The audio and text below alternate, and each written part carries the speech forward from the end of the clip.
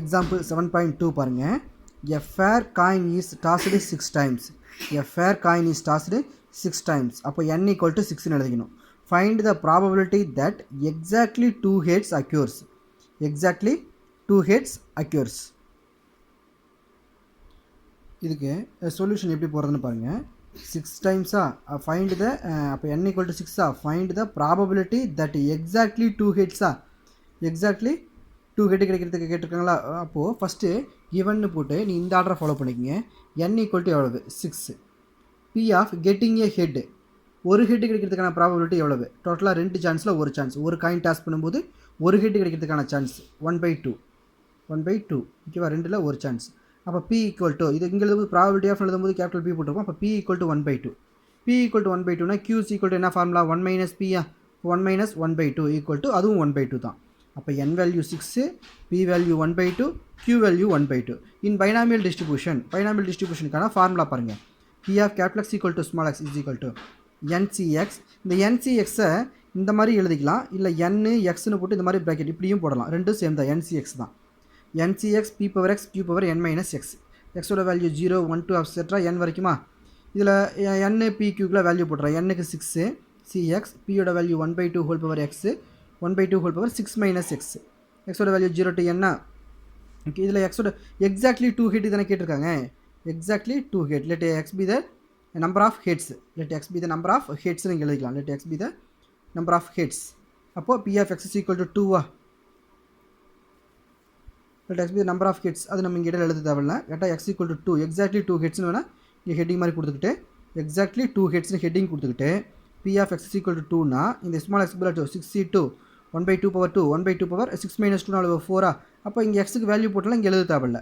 நம்ம சப்ஸ்டியூட் பண்ண இந்த வேல்யூ வந்து இந்த 0 1 2 எக்ஸெட்ரா n. என்னோட வேல்யூ எவ்வளவு இதில் 6 தானே. அப்போ 0 to 6க்குள்ளே தான் நம்ம சப்ஸ்டியூட் பண்ண n வேல்யூ இருந்திருக்கும். என்னோட வேல்யூ 6ன்னு போட்டலாம் அதில். அப்போ 6c2னா 6 × 5y 1 × 2 இது 1/2 ஸ்கொயர் பண்ணால் 1/4 1 power 4னா 1 தான் 2 power 4னா 16. அப்போது 1 2 is 2 3 2 சார் 6 அப்போ 15/64 15/64 இந்த ஆன்சரை செக் பண்ணிக்கலாம். ஓகே, அடுத்தது எக்ஸாம்பிள் 7.3 பாருங்கள்.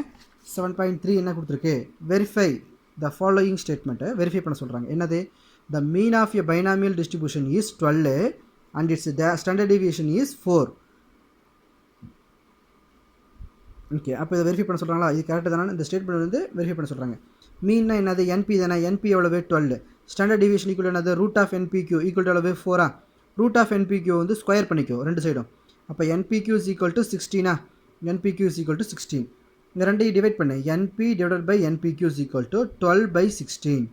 இதை கேன்சல் பண்ண 3/4 அப்போது க்யூவோட வேல்யூ எவ்வளோ வருது. இல்லைனா என்பிக்கு என்பி கேன்சல் ஆயிரும். என்பிக்கு என்பி கேன்சல் ஆச்சுன்னா 1/q is equal to 3/4னா தலைகளாக போடு. q is equal to 4/3. It is greater than 1 வருது. 4/3னா கண்டிப்பாக இது 1 விட பெருசு.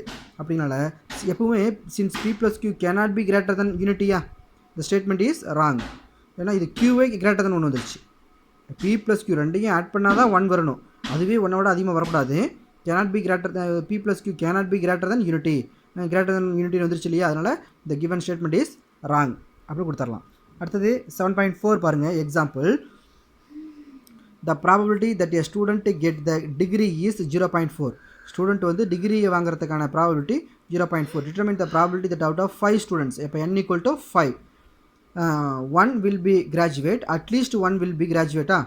ரெண்டுக்கு எப்படி போகிறதுன்னு பாருங்கள். ப்ராபபிலிட்டி ஆஃப் கெட்டிங் டிகிரி அதாவது p equal to 0.4 p equal to 0.4னா q is equal to 1 minus p 1 minus 0.4னா 0.6. இப்போ p இருக்குது q இருக்குது ஆல்ரெடி n இருக்குது. n எடுத்து இங்கே எழுதிக்கிங்க எப்போவுமே. n equal to 5 ஸ்டூடெண்ட்ஸா. அப்போ n equal to 5. அப்போது இந்த இடத்துல நம்மளுக்கு என்ன பண்ணணும். ஃபஸ்ட்டு ஃபார்முலா எழுதணும். இன் பைனாமியல் டிஸ்ட்ரிபியூஷன் அப்படின்னு சொல்லி அந்த 0.6க்கு கீழே இந்த இடத்துல ஃபார்முலா எழுதணும். இன் பைனாமியல் டிஸ்ட்ரிபியூஷன் சொல்லி ஆல்ரெடி ஒரு ஃபார்முலா சொல்லியிருந்தோம் இல்லையா. இந்த ஃபார்முலாவை அந்த இடத்துல எழுதிக்கணும். p of capital X equal to small x equal to ncx p power x q power n minus x x equal to 0 1 to n. General formula எழுதும்போது n-க்கு 6ன்னு போடும்போது இங்கே 6 போட்டுக்கோ. இந்த இதில் n. இப்போ நம்ம n வரைக்கும் எழுதி இந்த ஃபார்முலாவை எழுதிடுவோம். ncx p power x q power n minus x. இதுக்கப்புறம் அதை எழுதுனதுக்கப்புறம் தான் நம்ம என்ன பண்ண போகிறோம்னா அதில் n-க்கு p-க்கு q-க்கு 3க்கு வேல்யூ போட்டுடலாம். n-க்கும் p-க்கும் q-க்கு வேல்யூ போட்டுடலாம். அப்போ என்ன வரும்னா p of capital X equal to small x equal to n-க்கு வேல்யூ எவ்வளவு 5 ncx பியோட வேல்யூ இந்த கொஸ்டினில் எவ்வளவு 0.4 p power x q power 5 minus x இந்த மாதிரி எழுதிடணும். x is equal to 0 1 2 etcetera 5 வரைக்கும். ஏன்னா என்னோட வேல்யூ 5. இதை எழுதுனதுக்கு அப்புறம் இதுக்கு அடுத்தது அவ்வளோதான். ஜென்ரலாக நம்ம NPQ போட்டுருவோம். இதுக்கப்புறம் என்ன பண்ணணும்னா நம்ம P of 1 will be graduate அப்படின்னா P of x is equal to 1ன்னு அர்த்தம். ஏதாவது 1னா எக்ஸாக்ட்லி 1ன்னு அர்த்தம். அப்போ இதில் எக்ஸுக்கு பதிலாக இங்கே 1 போடுவோம். அப்போ 5C1 0.4 பவர் 1 0.6 பவர் 4 0.6 பவர் 4 அதான் இதில் இருக்கும். 5C1 0.4 பவர் 1 0.6 பவர் 4 அப்போ இதை 5C1னா 5 தானே, 5 எப்படி வச்சுக்கணும் இன்ட்டு 0.4 இன்ட்டு இந்த 0.6 ஹோல் பவர் 4 0.6 இன்ட்டு 0.6 இன்ட்டுன்னு 4 டைம்ஸ் போட்டு பார்த்துக்கோ. வர ஆன்சர் அதை கூட அந்த 5 இன்ட்டு 0.4 போட்டு பார்த்தோன்னா 0.2592ங்கிறது கரெக்டாக வரும். அடுத்தது P of at least 1 will be கிராஜுவேட்டா அப்படின்னா அட்லீஸ்ட் 1னா என்ன மீனிங்கு அப்படின்னா P ஆஃப் இல்லை இது 1 minus P of x is greater than or equal to 1ன்னு அர்த்தம்.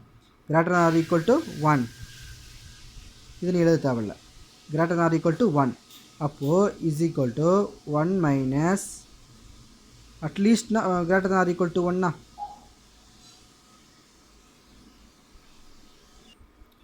இதில் புக்கில் இருக்கிற மாதிரியே இருக்கட்டும். இதில் நான் சொல்கிற மாதிரி இங்கே ஃபாலோ பண்ணிக்கோங்க. P ஆஃப் என்ன கொடுத்துருந்துச்சு second point P of at least one will be கிராஜுவேட்னு கொடுத்துருப்போம். அட்லீஸ்ட் 1 வில் பி கிராஜுவேட்னா is equal to P of at least 1னா greater than or equal to 1ன்னு அர்த்தம். இது 1 மைனஸ்னு போடும்போது P of x is less than 1 மாறிக்குமா. அட்லீஸ்ட் 1னா கிரேட்டர் தான் 1 1க்கு மேலே greater than R equal to 1.